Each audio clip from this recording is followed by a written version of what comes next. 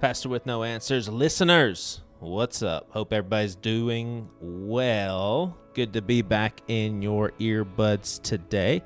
So I want to do a little experiment with my listeners. You know, we're kind of a family. We're assessing culture together, tackling some questions together, learning from one another. And this one's going to look a little bit differently because, to be honest with you, I have maybe an unhealthy level of cynicism towards the Christian entertainment industry, especially the movies. At the same time, I joke around about how those movies, they get to me. They get my heart. They capture my heart. But on the outside, I'm like, oh, it's kind of cheesy. Oh, why do they have to do these little trite sayings, Christianese? And it's just not working. This doesn't feel like a real movie. All right, so email rolled around into my inbox about this small group movie, and I immediately start thinking, oh my, you got to be kidding me. Is this a movie that just is slapstick making fun of Christian culture? I got to talk to this guy who directed it. And so I start setting it up, and then I get into this conversation with him, and I start to get somewhat of a feel that I'm partly correct, and at the same time, this movie also has a purpose of making sure people know how important small groups are, which I wholeheartedly agree with. But I started to realize, it's another Christian movie with kind of an agenda. I don't know if I'm going to like it, but here's what I'll say. I went to the website and I looked at the trailer, and I have to admit there's something different about this one. And pair that with the fact that this guy, the interview that you're about to hear, I don't think he's full of it. Now, I think we see the world a good bit differently. Y'all know my background, so I think you'll be able to pick up quickly on how we see faith and spirituality differently. But I'm trusting this guy. I'm trusting him. I actually think that this movie that he made is going to be a little different. I think it's going to be entertaining.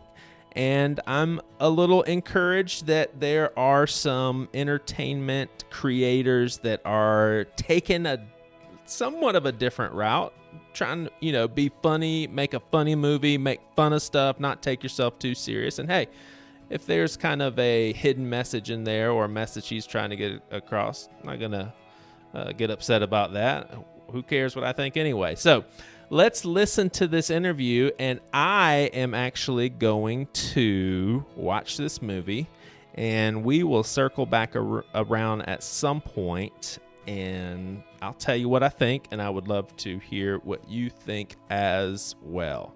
Looking forward to this conversation. Looking forward to sharing it with you guys. Enjoy. Also, at the very end of this episode, you will be treated to a quick 1-minute snapshot of what I've been listening to these days. A lot of my listeners share a common fondness for music, and I like updating you on that once in a while. My brother will be happy to do the same. Haven't asked him yet, but I'm sure he'd be much obliged. Well, this is the Pastor with No Answers, and I am pretty excited about this show. It seems, I think we're in some uncharted territory, folks, because if I am not mistaken, we are going to be talking about a movie that is pretty much geared towards Christians that makes fun of Christians. Am I right? You are right. Yes, sir. And you know what? Christians find that very comforting. People like to make fun of themselves. Yeah. People like to have fun at our own expense, explore our own stereotypes. And if you can't laugh at yourself, who can you laugh at? Yeah, for sure. All right, well, introduce yourself here. Is this your full-time gig? Is this something you do on the side? What's your role in the movie? Tell us about the movie. Give us a snapshot, and I'll interrupt you when I need to get more clarification. Well, thank you, Joseph. My name is Matt Chastain. I am a writer, director, also actor in the movie, Small Group, the movie. It is my full-time gig. I've been in the marketing and advertising industry for 15 years or so, and about 4 years ago, my wife and I joined a new small group at our church. And I've been alive for 40 years, probably been a Baptist for 41, and so we're late to the small group party, and so I never even heard of it. Rick Warren's been doing it for 35 years, and I'm over here acting like it's a new thing. But we joined a new small group at our church, and I loved the authenticity of the experience. I always feel a little awkward. I'm that guy that says things you shouldn't say in Sunday school and wants to say them in church because you're in this environment where you're supposed to behave. It's not an environment to really kind of just open up and be vulnerable, be real, be authentic. So when we joined a small group, that's what I found, right? And so it was like the second meeting. I remember thinking, and by the way, at this point in my life, I am not a filmmaker. I own a marketing company. I'm a director. Right. I do a lot of voiceover work. I direct videos and commercials, but I wasn't. And I never planned on moving to Hollywood or anything like that. Still don't. But it was an idea that was kind of given to me, man. It was like somebody ought to make a movie called Small Group. Everybody would go see that. Everybody was in small group. And the goal was for the film to be, a much more authentic, just like the experience of being in a small group, be a real authentic, real life portrayal of living a Christian life. So I went to a buddy of mine who was if you're in Athens, Georgia, this tiny little town, I say tiny, it's a college town. It's a small town, maybe an hour east of Atlanta. If you're here and you're interested in independent film, you go see a guy named Christos Hines. And I was talking to Chris about another kind of a commercial application, and I gave him this pitch. I was like, hey man, you ought to make a movie called Small Group. He goes, that's kind of funny. I'm in a small group, and I see what you mean. You're right. It's a great environment for storytelling. Go write it. And I thought, me? Right. Okay, I'll write it. I was too dumb to know what an undertaking, making a movie really is. I thought, I can do this, no problem. So I wrote it. Yeah, that's no joke. Brother, no joke. I'm telling you. So wrote a draft. I thought it was awesome. It was awful. And but luckily Chris at the time had been working with a guy named Dale Wheatley. Dale moved in from LA after spending 20 years out there and just getting tired of the toxicity of that culture. And so, that talk about a nasty business, man. I mean, Dale worked in his early days very closely with Harvey Weinstein, and he can tell you some stories. Oh, yeah. He knows about what happens out there. And it's not just Harvey Weinstein, it's a lot of them. Anyway, so I never had an interest in doing that, but Dale's specialty is development. Okay, so you take no script. And let me ask you something real quick. Sorry for interrupting. At this point, what was your motivation? Was your motivation to give people a more, because I pastor a church, and one thing that I am always trying to do is like demystify small groups, because I really do believe in what they do, what they accomplish. I think community is a fundamentally human need.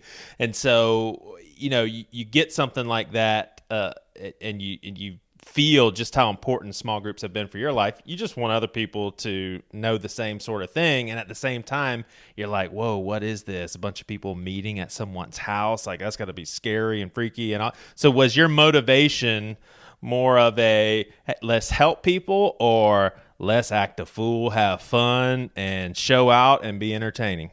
So my motivation at that point, it's funny how 4 years later I can look back and fool myself into thinking that I had this really grandiose set of well-developed plans and ideas and spiritual desires for this movie. But I'm going to be honest with you. It came as one sentence, and that was, this is a story that needs to be told, okay?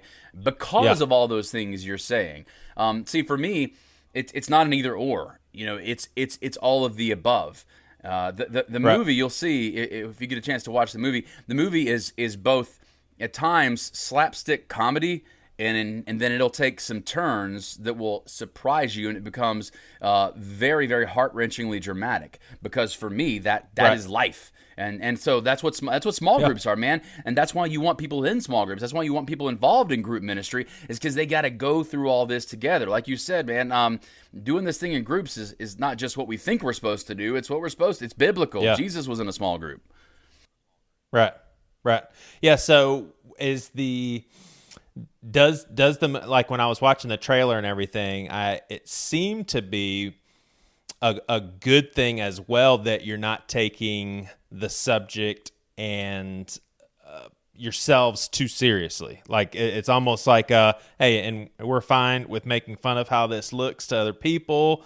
We're not about trying to make ourselves look good. We're going to have fun with this. And because if that's what you're doing, I think is so important, because for some reason it just seems like for Christians, man, that's hands off. You don't make fun of all the stuff we're trying to do. Well, why not? It looks silly sometimes. That's okay. Like, I think some of the stuff that my life has been changed by, I also think it looks kind of silly sometimes to people from the outside looking in. I'm just so personally, unashamedly silly and stupid sometimes that in everything I do, everything I've ever done, self-deprecation has a lot to do with that. But beyond me personally, it's really, really important that we as Christians start communicating that way, because that's real life. You have to be able to, if you want to communicate, to, I call them, fringe believers or non-believers, but you're not willing to kind of make fun of yourself and make fun of your own culture, they're not going to listen beyond that. They don't take you no one takes you seriously if you take yourself too daggum seriously. And so, that's very, very important. So the movie, though, kind of follows the story of a fictional independent filmmaker named R. Scott Cooper. He's a documentary filmmaker, and he's been brought in to make a movie about the dwindling influence of Christianity in America. And he wants to make an objective piece. His producer has other plans for the piece, but if I'm going to tell the story, it was important for me to tell the story through the eyes of an outsider, right? And what is an outsider going to see at first? They're going to see the stereotypical version of you. They're going to see the silliness, right? And so the story goes from his stereotypical version, through more in-depth, through it really sinks in, and the arc of the tone of the movie really follows the deepening of his kind of discovery. But at first, man, that's how people see us. We have to be able to step outside ourselves and see how people see us in order to truly understand them. And plus, it's just really, really stinking funny. I'm telling you, the beauty of the trailer is, if it intrigues you a little, then you're going to love the movie, because I left all the best parts of the movie out of the trailer. Are you serious? Why doesn't more people do that? I'll never forget, and it ends up being one of my favorite comedies of all time, but I never forget seeing The Wedding Singer for the first time, Drew Barrymore and Adam Sandler, and I'm sitting there watching the movie. I'm like, they showed every single part in the trailer, even to the point where when that woman was the old lady was rapping, and they kept showing that scene over and over in the trailer. The real movie didn't include much more. You were thinking that you got to see the whole rap and everything, but that's so crazy. That's cool that you did that. So you have no issue with saying this movie and how it is crafted and the point of it and all of that, it mainly is for people in the religious sphere. I mean, it is. Like, I don't think this would be a movie, and again, I mean, let's have a conversation about this, but this wouldn't be a movie. I don't think that you would be like, hey, you got to check this movie out. It's called Small Group. Well, what's Small Group? Well, I mean, this thing that we do at church, but everybody would like this movie. I think the people that would like this movie the most are people like me that get the jokes, that get the subtleties, that see what you're trying to do. Because I would say most people outside of this realm of thinking, they probably won't get a lot of it, right? No, not true. But I'll say this: you're right to the extent that if you go on our YouTube page, you'll see some guy writes this soliloquy, this 9-page or 9-series book about how just bashing us because we're making a movie that's aimed toward Christians, right? That's all you guys do is make movies that aim toward Christians. Well, I'll be honest with you. You're just not going to get non-believers to come see a Christian movie in your marketing, right? And so this is a movie. You don't, when you're making a movie, you don't try to aim it towards a certain audience. You don't try to think about the marketing of it. But certainly, it would be dumb of me to say that the main audience for this movie is going to be a Christian audience who, yes, gets those jokes and most appreciates those jokes. Now, we have been fortunate and blessed that we've screened this movie for over 1,000 people at cinemas across the Southeast mostly, and people bring non-believers all the time. There have been Jewish people see this movie, agnostics, atheists, and the beauty of this movie is if you can get them to come, they actually really like it. They appreciate it. The humor is universal, and they're not scared of the humor or not getting those things because it's just human nature.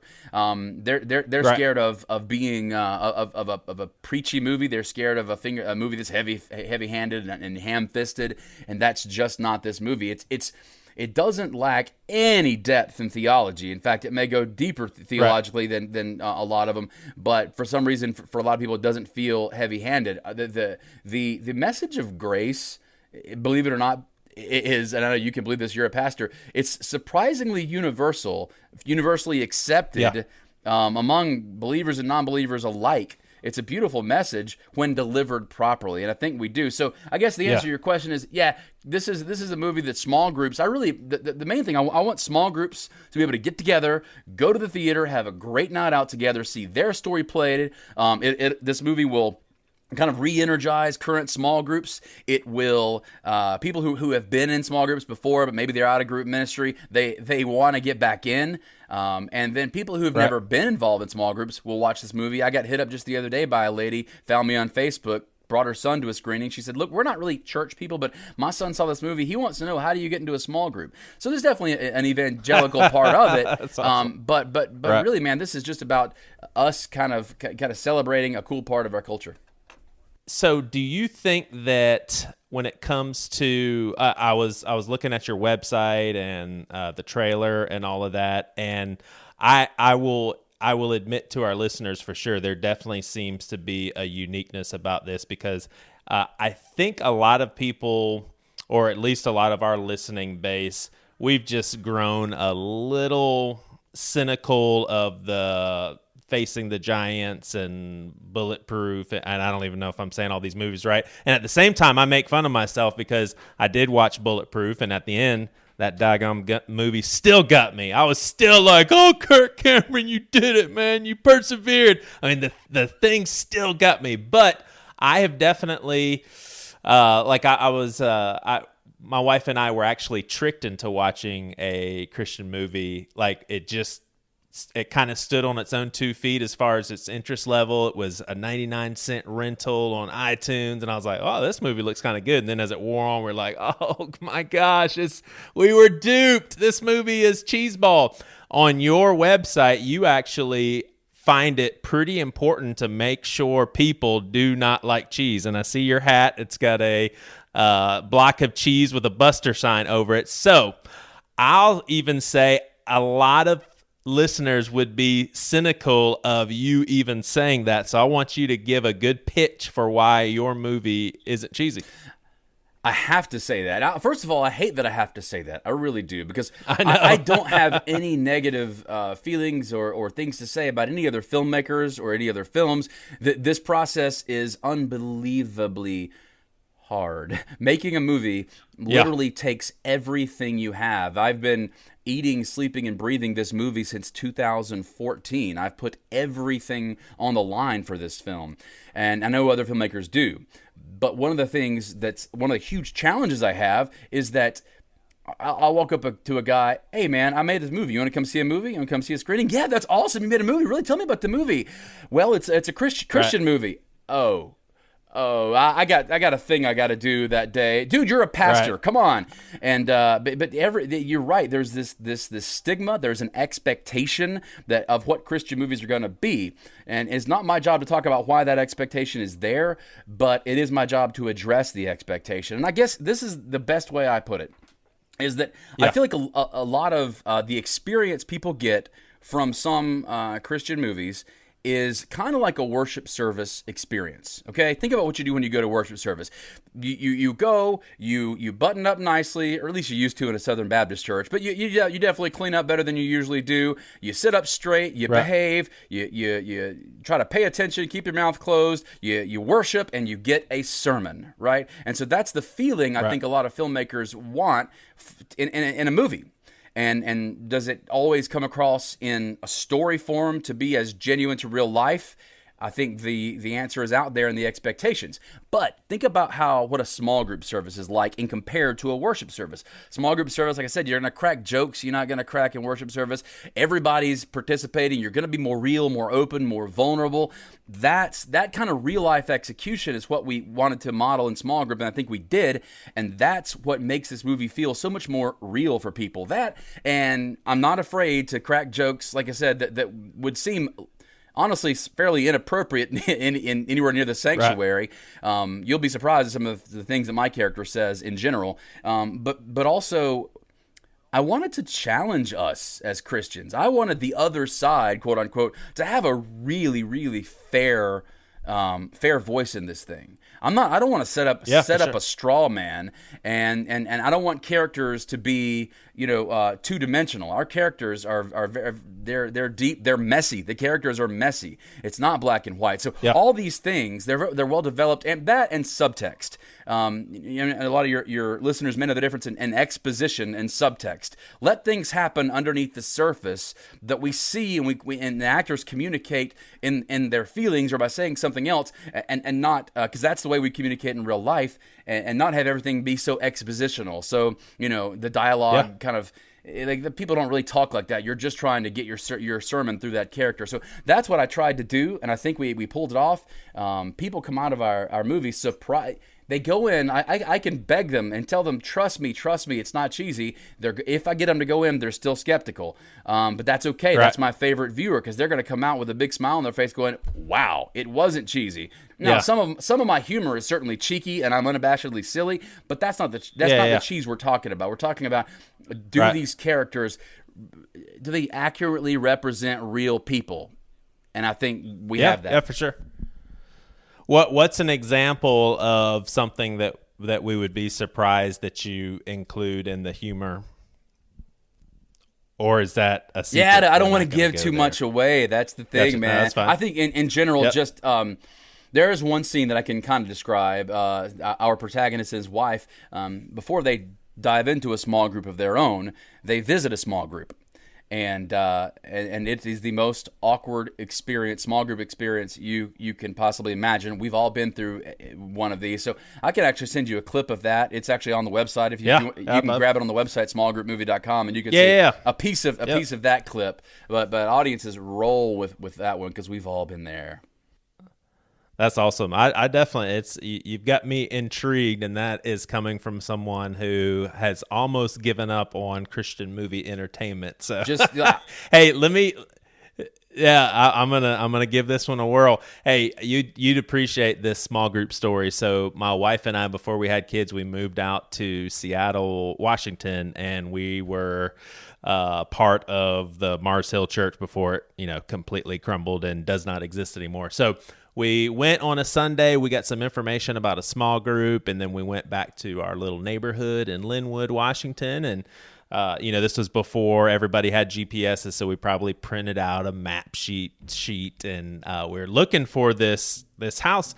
And so we're in the neighborhood. We're super close. We can tell, and we're like, oh, there it is. There's all the cars. So we pulled up. We go inside, and all of a sudden we're like, man, this really seems like a much older demographic than what looked like at Mars Hill. And they all looked at us a little strange, and we were just like, this is small. Is this where y'all having a small group? And they say, oh yeah, for sure, a small group. And the old sweet lady went into the kitchen and grabbed us a piece of homemade pie, and they were just treating us so special. So here we are sitting there with this fabulous pie, and they say, so how did you find out about our church? And they said the church, and it was not Mars Hill. So we had totally showed up to a completely different small group. And so then we're sitting there and we're like, oh gosh, this pie's good, but we really want to get to it. So they were so sweet. They were just immediately like, hey, you take your pie into the car. You find that small group. We're so glad y'all stopped by, but it's something that we'll never forget. So I just want to say, when that story shows up on Small Group, the series, you're not going to sue me for royalties. There you go. Because not at all, man. That's hilarious. You can have it. I love it. You can have it. All right. So tell people who's going to be able to go see this at the theater, and for those that are not included in that number, where can they check this film out when it's released? And this movie was released this past Friday. this episode will air to where that will be the case. So this past Friday, this movie was released. What do people do right now who they don't want to miss out on an opportunity to see it at the theater if it's in their town, and where do they go from here? Okay, so we released on October 19th, mostly in the Georgia area, a little bit in South Carolina, Tallahassee, Florida, and that was our kind of first theatrical release. We will roll out to a wider release in Knoxville, Tennessee, Nashville, Tennessee, Dallas, Texas, and potentially Houston and Corpus Christi, Texas. So it's a limited theatrical release, but this is the beauty. Through a partnership with Gather Films, our distribution partner, this film can actually be seen in any theater, most any theater in the country through theatrical on demand. All you got to do is anywhere in the country. We actually have a screening set up in Seattle right now. People go to our website, they click Find a Theater, they scroll down to see a button that says Gather a Screen. If we're not in your area, you can be in Spokane, Washington, or Bangor, Maine, or anywhere, and you hit Gather a Screen, you fill out a little form, and you pick a local theater, pick your date and time, and our distributor will book that theater for you at that date and time.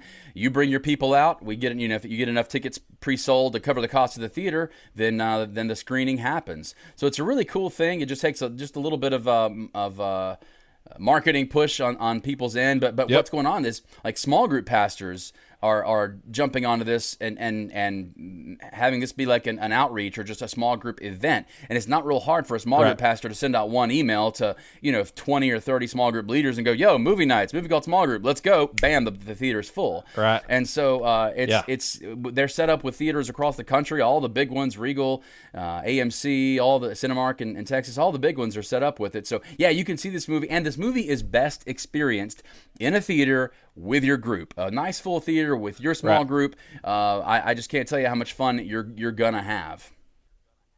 Awesome, Matt. Congratulations, man! For you. First thing I want to say, that's a big undertaking that you pulled it off. So I'm excited to see how it unfolds, and I'm going to give you my word that I'm going to check it out.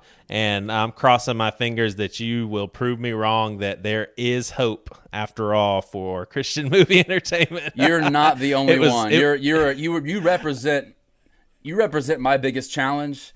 But if people will just give it a shot, I can promise you, you're going to come out going, that it'll be anywhere from that's a pretty good movie to, oh my gosh, that was awesome. Very few people will go, God, that was cheesy. Nobody comes back and just says, you lied to me. This was cheesy. Right. I think you're going to be pleasantly surprised. Awesome, man. Well, I'm gonna watch it, and I appreciate your time. So people go to smallgroupmovie.com. That's smallgroupmovie.com, and hey, we're looking forward to it.